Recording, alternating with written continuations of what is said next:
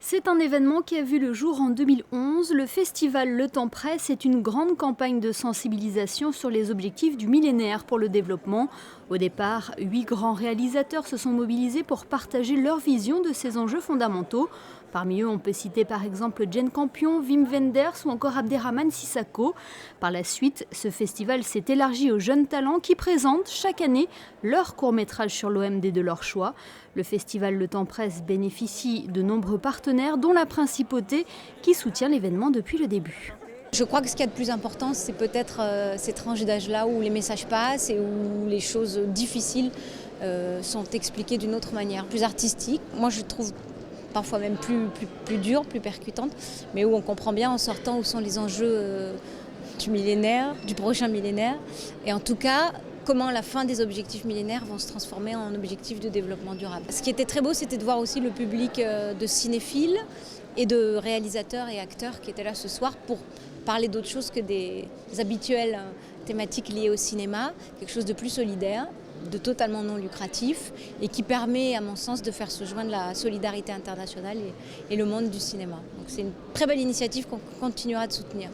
Pour cette 4e édition, les organisateurs ont reçu pas moins de 205 films venant d'une quarantaine de pays. Preuve que ces objectifs du millénaire pour le développement sont au cœur des préoccupations également du côté des cinéastes.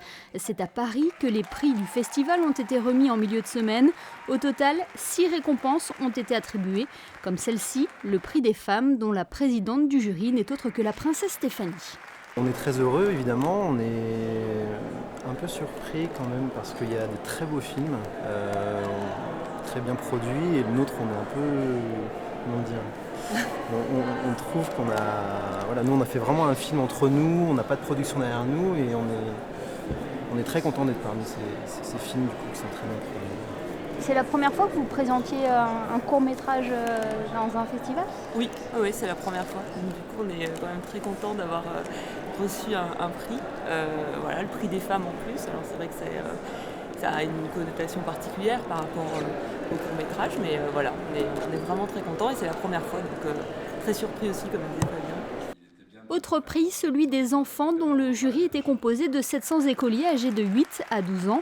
Des écoliers scolarisés à Monaco et en France, ainsi que dans les écoles partenaires de la coopération monégasque au Burundi, en Haïti et au Mali. Ils ont choisi de récompenser The Dam Keeper, ce court-métrage d'animation également nominé aux Oscars cette année.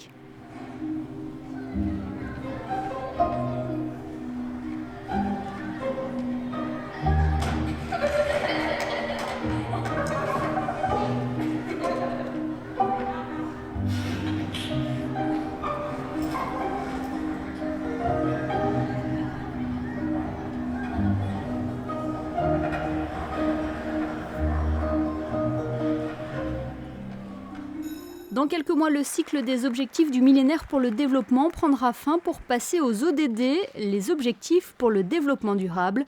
Le festival évoluera dans ce sens également. On va surtout garder cette identité. Dans les 8 thèmes, on va au moins garder 4, voire 5. Et puis on va peut-être ouvrir effectivement à d'autres thèmes, dont un qui pour nous aujourd'hui est essentiel. Parce qu'encore une fois, on est un vrai miroir de la société du moment par des jeunes réalisateurs qui font des sujets parce que ça les touche, parce qu'ils ont vu des trucs, du coup ils le font sur le moment, à l'instinct, parce qu'ils ont les moyens de le faire, c'est simple aujourd'hui avec les outils. Donc on récupère tout ça. Donc quelque part, on a le sentiment d'être un petit peu une sorte de corps charnel de cette réceptivité. Et le climat est un des sujets qui revient pas mal en ce moment. Donc on s'est dit, il y a un truc à faire.